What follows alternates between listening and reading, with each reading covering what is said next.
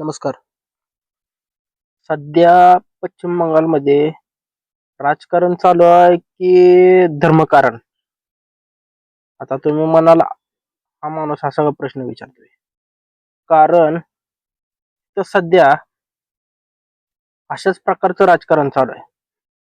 कारण राजकारण म्हणावं तर तिथं धर्मकारण दिसतंय. आणि हे राजकारण कधीपासून चालू झालं असं की धर्मकारणाकडे वळले? तर जेव्हापासून ममता बॅनर्जी सत्तेत आल्या. सत्तेत आल्या 2011ला. 2011ला सत्तेत आल्यापासून त्यांनी जे राजकारण म्हणजे त्यांनी हिंदू विरोधच चालू केला.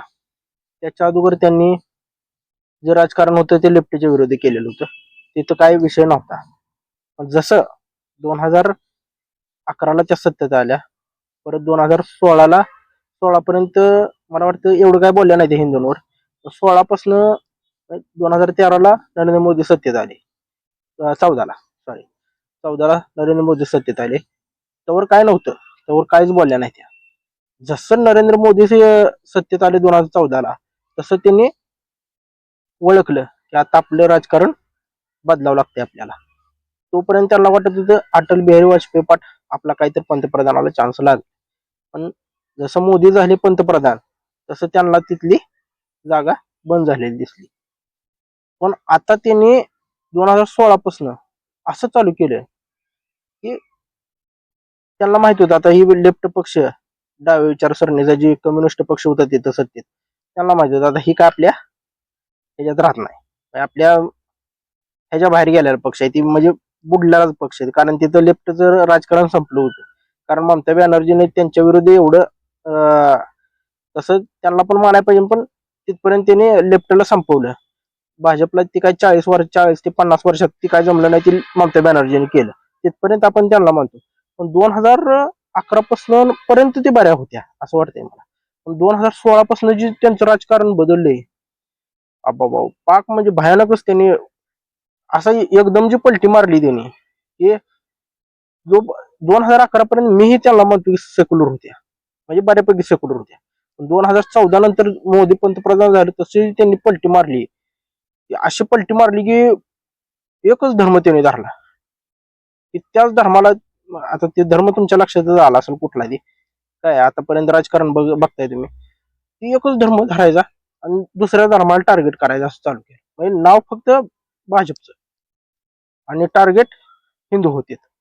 आता तुम्ही बघा ममता बॅनर्जी पडायचं कारण ती पण सांगतो तुम्हाला. मध्ये एक म्हणजे पश्चिम बंगाल मधला एक जिल्हा आहे, माझ्या लक्षात देणं नाव, मेदिनीपूर असा काहीतरी जिल्हा आहे तिथला. मुर्शिदाबाद जिल्ह्यात कुठलं तर गाव आहे तिथं. त्या गावात एका मुलीवर, हिंदू मुलीवर बलात्कार झाला, सामूहिक बलात्कार. त्यात तिचं त्या मुलीचा म्हणजे मर्डर केला त्यांनी. त्या मर्डरला त्याने तो आवाज उठवायचा सोडून त्यांनी तो दाबण्याचाच प्रयत्न केला.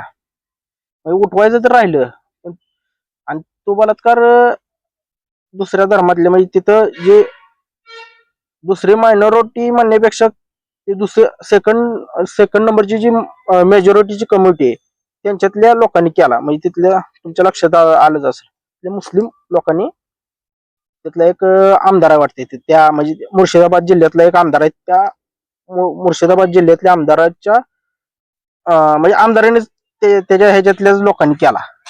तर ते आवाज उठवायचा सोडून ते दाबण्याचा प्रयत्न केला. का तर तो टीएमसीचा आमदार आहे, त्यांच्या पक्षाचा आमदार आहे म्हणून. तर मग असं जर राजकारण चालत राहिलं तर मग काय करणार होते? मग 2021ला तरी बरे निवडून आले ती. मला तर वाटत होतं 21लाच पडतात का काय, पण वाचले तिथं. तिथल्या लोकांनी त्यांना साथ दिली आणि ममता बॅनर्जीने तिथे एक केलं तर पैशाचा खेळ केला 2021ला. 2021ला पैशाचा खेळ काय केला तर आता जसं आपल्या इथं लाडकी बहीण चालू आहे तसं त्यांनी तिथं लक्ष्मी नावाची काहीतरी स्कीम चालू आहे, लक्ष्मी योजना अशा प्रकारची स्कीम चालू केली. त्या लक्ष्मी योजनेच्या मार्फत त्यांनी मला वाटतं काहीतरी 500 रुपये चालू केले, त्याच्यामुळे ते निवडून आले तिथे. पण परत तुम्ही किती दिवस त्या लक्ष्मी योजनेच्या नावावर तुम्ही किती दिवस चालणार तिथे? तुम्ही एकतर तुमचं जे काय म्हणते त्याला आपण काय म्हणू, तुमचं एकतर तिथं काय हिंदूंसाठी काय काम नव्हतं, हिंदूंचं तुम्ही मुद्दे धरत नव्हता, हिंदूंवर अत्याचार झाला तर तुम्ही लक्ष देत नव्हता. तर मग तुम्ही काय म्हणजे तुम्हाला काय म्हणून निवडून द्यावं, म्हणजे तिथल्या मेजॉरिटी कम्युनिटीनं तुम्हाला निवडून काय म्हणून द्यायचं.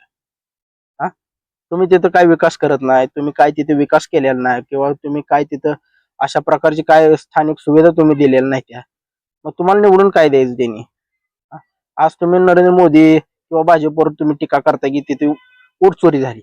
ऊट चोरी झालीच नाही तिथं, ऊट चोरी तिथं झालेली नाही. ऊट चोरी जर झाली असती ना तर लगे उघडकीस आली असती.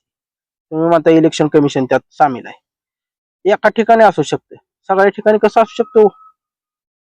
हा, एक दोन बर चला 10 ठिकाणी धरलं, 10 ठिकाणी एकाने तर एका तर ठिकाणी असं वाटेल की बाबा तिथं हे झालंय म्हणून. असं कुठेही झालेलं नाही. ऊट चोरी करता येत नाही. ऊट चोरी माझं हे ठाम मत आहे, ऊट चोरी करणं शक्यच नाही, ऊट चोरी होतच नाही तिथं.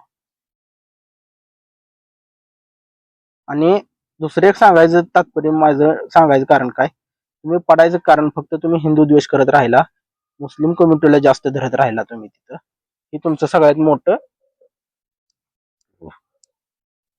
हारण्याचं कारण आहे तुमचं तिथं, दुसरं काही कारण नाही तिथं.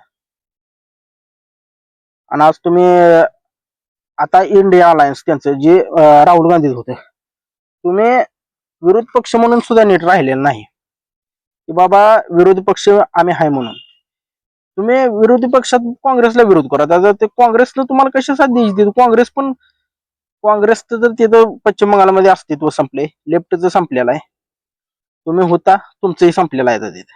फक्त आता तुम्हाला जर टिकायचं असेल तर एका कम्युनिटीला कुठल्याच धरू नका, कुठल्या धर्माचं राजकारण करू नका.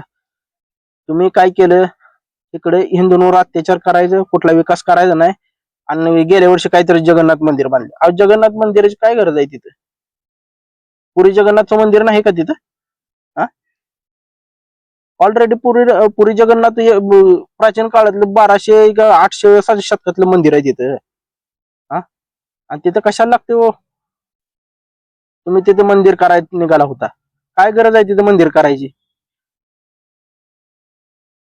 तर मला काय म्हणायचं आहे, ह्याच्यावर तुम्ही जास्त वोटचोरी नाही, जे तुमचा पराभव झालाय त्याला तुम्ही मान्य करा, आणि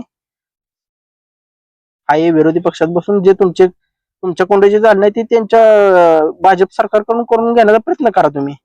एवढंच बोलू शकतो आपण, त्याच्यावर आपण जास्त काय बोलू शकत नाही. आणि ममता बॅनर्जींनी आता इथनं पुढे राजकारण करताना एक तुमचा खरंच सेक्युलर पक्ष असेल तर त्या सेक्युलर पक्षाला विचारसरणी धरून चाला, आणि त्याप्रमाणे तुम्ही राजकारण करा, एवढंच बोलतो आणि मी थांबतो. आणि आपला हा व्हिडिओ आवडला असेल तर चॅनल सबस्क्राईब करा, लाईक करा. सबस्क्राईब तर महत्वाचं कारण आपला चॅनल नवीन आहे, नवीन व्हिडिओ तयार करतोय आपण, चांगले व्हिडिओ टाकण्याचा प्रयत्न करतोय, आणि देशातले जे महत्वाचे प्रश्न आहेत त्याच्यावर आपण बोलण्याचा प्रयत्न करतोय.